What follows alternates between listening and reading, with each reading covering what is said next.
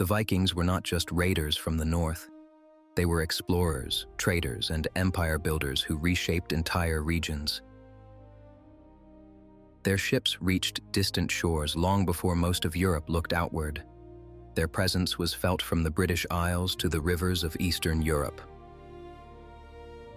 They appeared suddenly in the historical record, striking with speed and precision, and for centuries they remained a force that others could not ignore. Yet the Viking Age did not last forever. It rose quickly, expanded widely, and then slowly disappeared. The question is not only why the Vikings were so feared. The deeper question is why their expansion stopped. In the early medieval period, Scandinavia was a harsh and fragmented world. It was defined by rugged landscapes, long winters, and limited agricultural land. Communities were small, and power was decentralized. Local chieftains competed for influence, resources, and followers.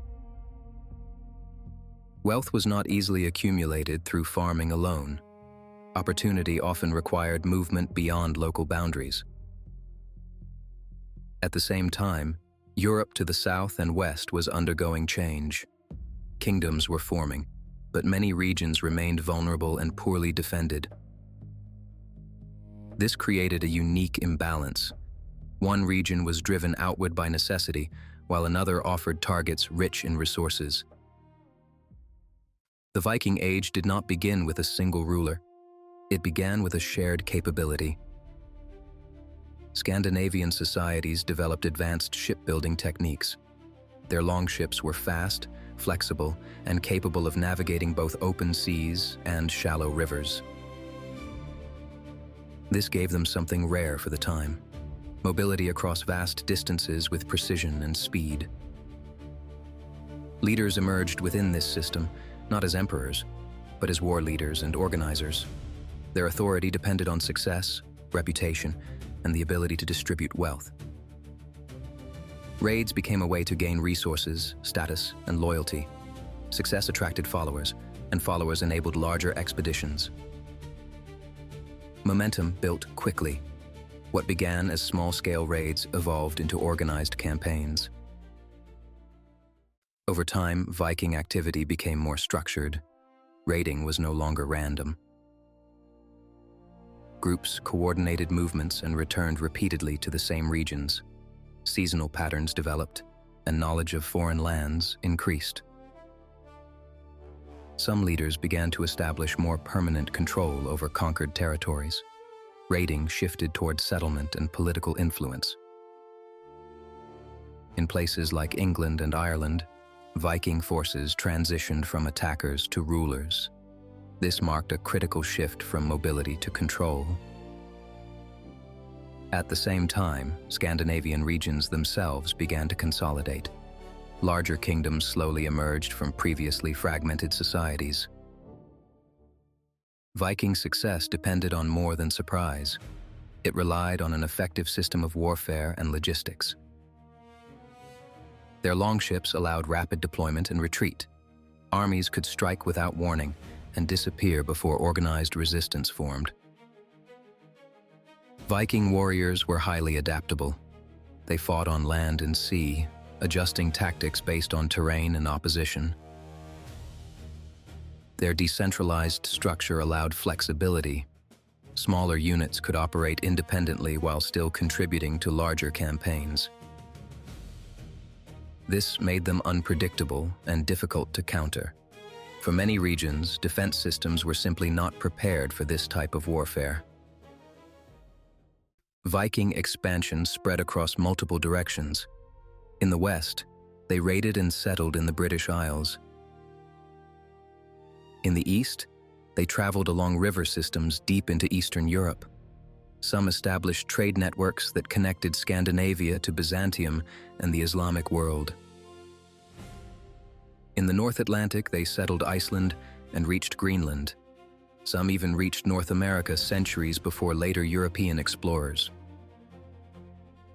This expansion was not a single unified empire. It was a network of influence, trade, and settlement. In regions like Normandy, Viking leaders integrated into local political systems. They became rulers within the very societies they had once attacked. At their height, the Vikings were deeply connected to multiple regions. Their influence extended through trade, warfare, and settlement. They controlled key routes across rivers and seas. This allowed them to move goods, people, and information efficiently. Viking societies accumulated wealth not only through raiding, but through commerce. Silver, goods, and cultural exchange flowed through their networks. Their adaptability allowed them to integrate into different environments. They could remain distinct or become part of local systems when it was advantageous. This flexibility was a major strength. It allowed Viking influence to spread far beyond Scandinavia itself.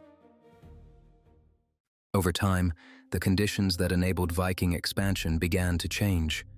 External and internal pressures both increased. European kingdoms became more organized and better defended. Fortifications improved, and coordinated responses became more common. The element of surprise became less effective. Raids were no longer as easy or as profitable. At the same time, Scandinavian societies themselves were transforming. Centralized kingdoms began to form, reducing internal fragmentation. Christianity spread throughout the region. This altered cultural values and reduced the emphasis on raiding as a primary path to status.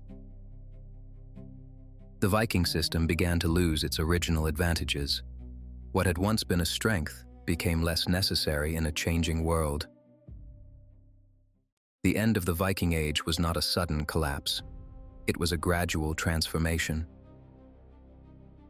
Raiding declined as settlement and integration increased. Former Viking leaders became kings, nobles, and members of established societies. Regions once targeted by raids developed stronger political structures. Resistance became more organized and more effective. By the 11th century, large-scale Viking raids had largely disappeared.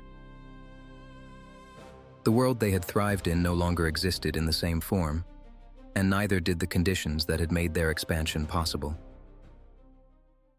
The Vikings rose because they mastered mobility, adaptability, and opportunity. They expanded because the world around them allowed it. They declined because that world changed, and because their own societies evolved beyond the systems that had once driven expansion. This is the central lesson of the Viking Age. Power is not only created by strength, but by timing and environment. The Vikings were not simply conquerors. They were part of a broader transformation of the early medieval world. Their story shows how quickly momentum can build, and how naturally it can fade when the conditions that created it disappear.